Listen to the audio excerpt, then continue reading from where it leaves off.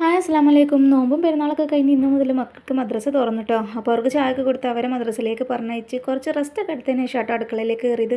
റേഷനരി ആയതുകൊണ്ട് ചോറ് പെട്ടെന്ന് തന്നെ ആവും കേട്ടോ. അപ്പോൾ ചോറ് വെന്ത് ഞാൻ എന്തേ ഊറ്റിയിട്ടോ. രാവിലെ തന്നെ ഒടുക്കത്തെ ചൂടാണല്ലേ, അപ്പോൾ ഉള്ളൊന്ന് തണുക്കാൻ വേണ്ടിയിട്ട് ഞങ്ങളിത് ഒരു വത്തക്ക എടുത്ത് മുറിച്ച് കഴിച്ചിട്ടോ.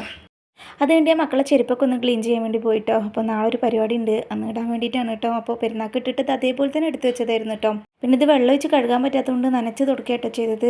അതൊക്കെ കഴിഞ്ഞ് അകത്തേക്ക് കയറിയപ്പോഴത്തേനും ആകെ വേർത്ത് കുളിച്ച് ഭയങ്കര ചൂടാണ് കേട്ടോ. അപ്പോൾ ഉള്ളൊന്ന് ഒന്നുകൂടി തണുപ്പിക്കാനായിട്ട് കുറച്ച് ഐസും വെള്ളം എടുത്ത് കുടിച്ചിട്ടോ. എന്നിട്ട് വേഗം അടുക്കളയിലേക്ക് തന്നെ കയറിയിട്ടോ. അപ്പോൾ തേങ്ങ ഇത് ഞാൻ ഇങ്ങനെയാണ് കേട്ടോ ചെയ്യാറ്. എനിക്ക് മടിയാണ് തേങ്ങ ചിരകാനായിട്ട്. ഉമ്മയുള്ളപ്പോൾ ഉമ്മ ചിരകിയിട്ട് പാത്രത്തിലാക്കി കിട്ടോ. ഇപ്പോൾ തേങ്ങ ഇല്ലാത്തതുകൊണ്ട് ഞാൻ പൊട്ടിച്ചിട്ട് ഇത് ഇങ്ങനെയാണ് കേട്ടോ ചെയ്യുന്നത്. ഇന്ന് കറി വെക്കാനായിട്ട് തക്കാളിയാണ്, മീനോ ഇറച്ചിയോ ഒന്നും കിട്ടിയില്ല കേട്ടോ. പണിയെടുക്കുന്നതിൻ്റെ ഇടയിൽ കൂടെ ഞാൻ ഇതും തിന്നുന്നുണ്ട് കേട്ടോ. ഈ എന്താണ് പറയുക, കുഞ്ഞി മടക്കോ അങ്ങനെ എന്തൊരു സാധനമാണ് കേട്ടോ മധുരമുള്ളത്. അപ്പോൾ തിന്നലും നടക്കുന്നുണ്ട്, പണിയും നടക്കുന്നുണ്ട്. പിന്നെ കറി തിളച്ച് വരുന്ന സമയത്ത് വേപ്പിലിടുമ്പം ഒന്നുകൂടി ടേസ്റ്റ് കൂടിയിട്ട് അത് ഉമ്മ പഠിപ്പിച്ചെന്നാണ്. അതിന് 3 മുട്ട ഇരിപ്പുണ്ടായിരുന്നു കേട്ടോ. അപ്പോൾ അതെടുത്തുകൊണ്ട് ഓംലേറ്റ് അടിക്കാനായിട്ട് കലക്കി സെറ്റാക്കി വെച്ചിട്ടോ.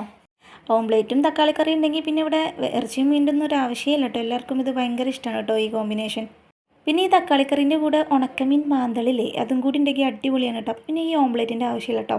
പിന്നെ ഞാൻ ഈ ദോശക്കല്ലിലാണ് കേട്ടോ ഓംലേറ്റ് ഉണ്ടാക്കുന്നത്. ഇതിലാകുമ്പം ഓരോന്നും ചുട്ട് സമയം വേസ്റ്റ് ചെയ്യണ്ട, നമ്മുടെ എനർജിയും വേസ്റ്റ് ചെയ്യണ്ട കേട്ടോ. ഇങ്ങനെ ആകുമ്പോൾ 4 പീസാക്കി എടുത്താൽ മതി. നമ്മൾ പിസ്സയൊക്കെ കട്ട് ചെയ്യില്ലേ, അതേപോലെ കട്ട് ചെയ്തെടുത്താൽ മതി കേട്ടോ. ഇതാണ് കേട്ടോ എളുപ്പം. അങ്ങനെ ഞാൻ വേഗം ചോറൊക്കെ കഴിച്ചിട്ടോ.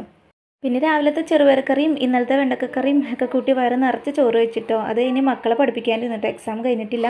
അപ്പോൾ ഞങ്ങളുടെ വീഡിയോ ഇഷ്ടപ്പെട്ടാൽ ലൈക്ക് ചെയ്യാനും എൻ്റെ ഈ കൊച്ചു ചാനലൊന്ന് സബ്സ്ക്രൈബ് ചെയ്ത് സപ്പോർട്ട് ചെയ്യാനും മറക്കല്ലേ. ബായ്.